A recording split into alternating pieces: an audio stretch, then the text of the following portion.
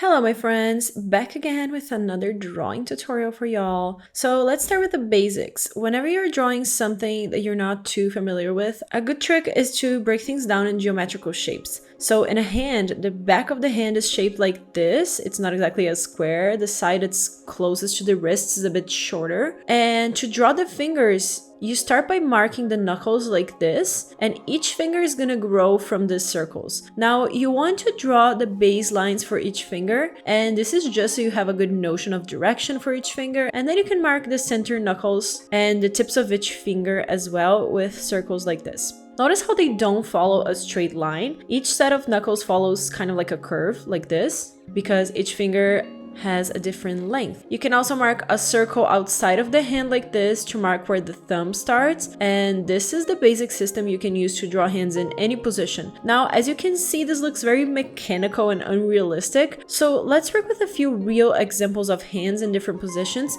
using this same method. Let's start with this example. This hand is kind of like in a diagonal angle, so that main shape of the hand will look different here. But you still draw it first and it kind of looks like a rectangle like this. Then you can draw the knuckles, and from here you draw the angles of the fingers so you can turn them into fingers later. I like marking the angles first and each knuckle to make sure that I have the proportions right.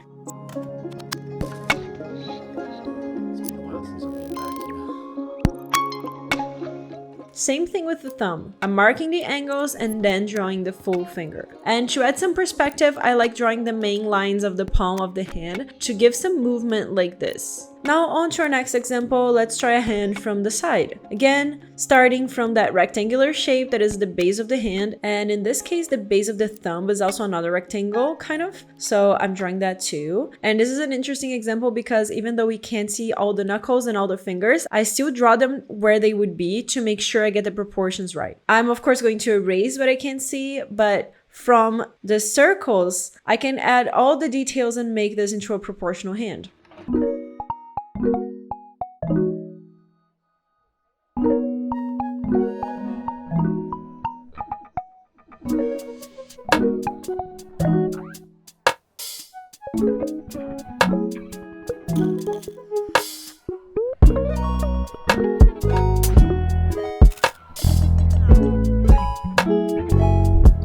Next, let's try a little gun finger like this, so I can show you how to draw folded fingers like this. As usual, you start with the almost square base shape for the hand, add the knuckles, and here instead of drawing the angles like I was doing before, I'm just gonna draw each section of each finger like this, and now I can make this into a hand.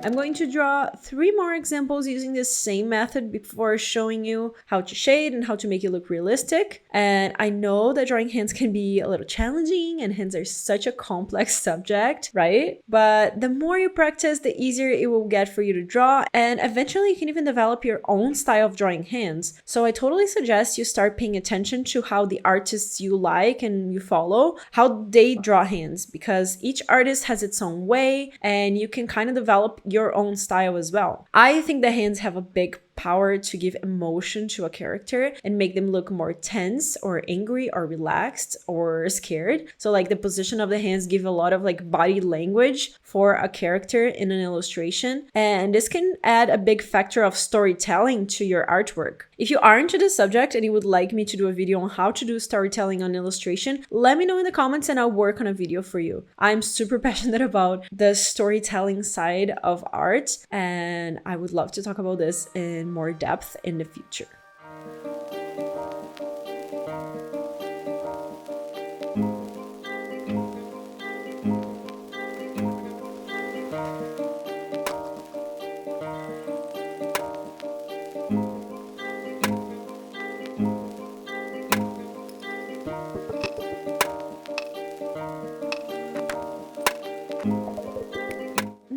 let's move on to adding lights and shadows and how to make a hand look realistic using a pen. I'll start sketching using this picture as a reference, and I love this reference because it's already black and white. The shadows are very powerful and intense. I love the amount of depth and I love the amount of contrast in this reference, so that's why I chose this one. And I'm using the same method I showed you before, so you already know what to do.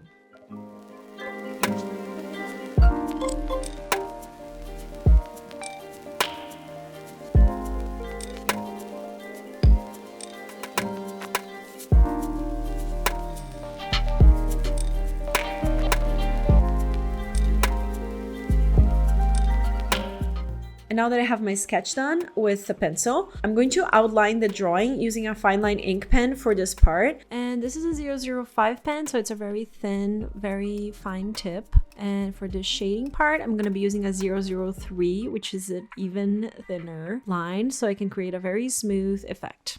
And from here, I can erase the pencil marks and work with just the ink. To shade, I'm gonna use a hatching technique, which is one of my favorites. I'm kind of new to this technique, so bear with me, but I think it's a really interesting way for us to train ourselves to understand light in a deeper level. Before we start, a little disclaimer, I'm using an older pen to create a smoother effect. If you use a very new pen, your pen will release a lot more ink and your shadows are gonna be maybe too hard or too dark, and sometimes it's really hard to fix if you ended up adding too much ink to your paper. So to create a smoother, more realistic effect, save your older pens for the shading part. You basically just hatch where it's dark, and I always like to start from the darkest parts first, because if I make a little mistake, it's easier to fix because I can just add more ink and it's okay because I'm shading where it's dark anyway. So I also know it's scary to work with ink because you can't just erase it if you make a mistake, but this is a great exercise to build confidence.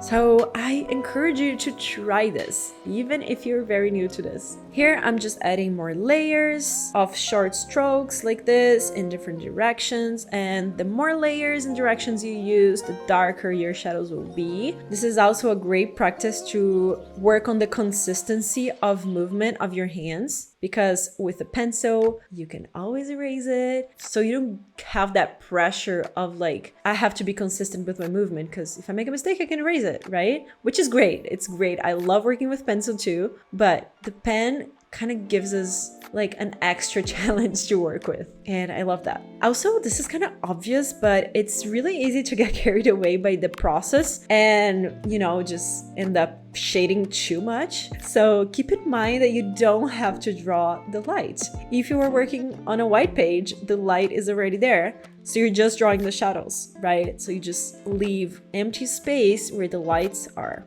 I know this sounds obvious, but it's easy to shade too much. You know what I mean? Also, like, the more I'm drawing, the more confident I'm getting, even though I kind of do this for a living, guys. So like, I do this a lot and I still get insecure, you know, when I'm starting a drawing and I'm starting the shading part. So it's okay if you feel a little scared, if you feel a little, you know, insecure to do this. I was feeling like that too, but the more I was doing it, the more confident I was getting and the more familiar I was getting with my pen, because each pen you work with is going to be different. Even if you're working with the same pen, each day that you grab that pen, it's going to be different. The pen is going to release less ink than the day before, and you have to get used to it while you are working with it. And the more familiar you get with your pen, the more you practice and the more, you know, you're there with your pen doing the same movements, and it is repetitive. I get it. It's just meditation, you know what I mean? Like, put on The Office. I was watching The Office while doing this.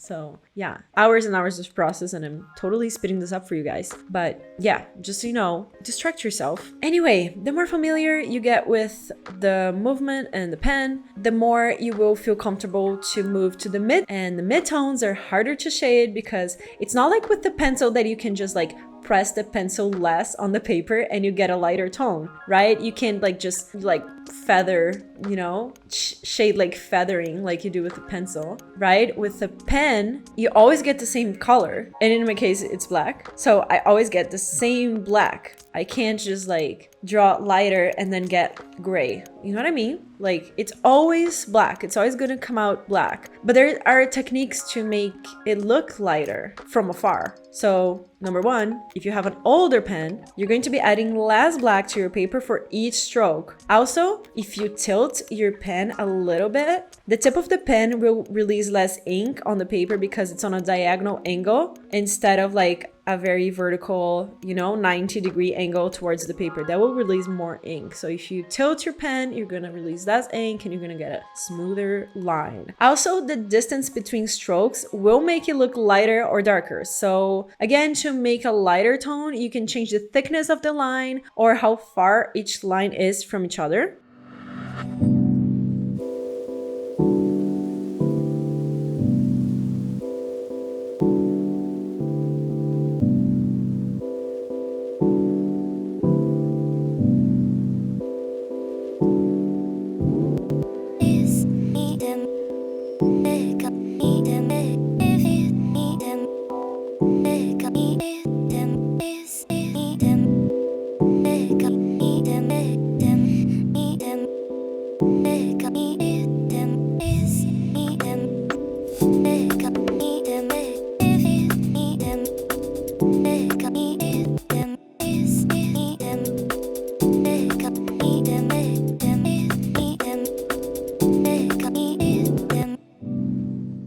Once I have the main shadows in place, I can start intensifying the black even more. And in my reference picture, the black is really black, like so I can use a lot of ink for the dark parts. I actually switched pens to do the darkest parts. I'm using a newer pen. I'm using a 005, which is a little bit bigger than the 003, and it releases more ink, makes the process a little faster, and I can get away with it without making the lines too visible because I want it to be smooth, I want it to be soft, but I can use more ink when it comes to the dark parts of my drawing.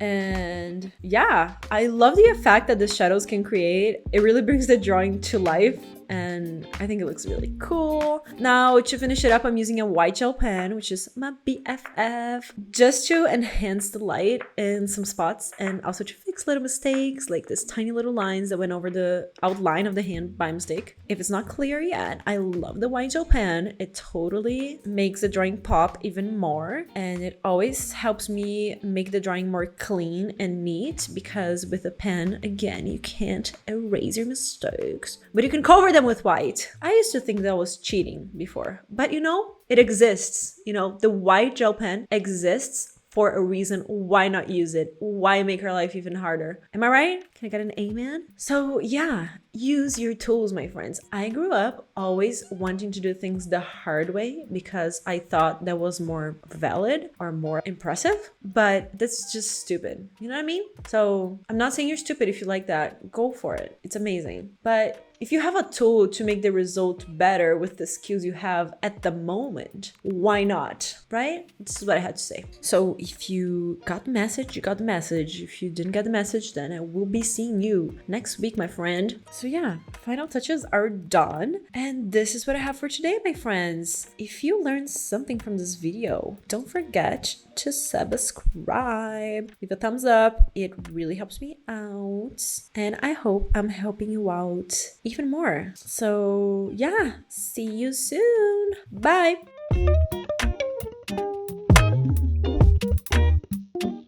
Whenever I'm about to do something, I think, would an idiot do that? And if they would, I do not do that thing.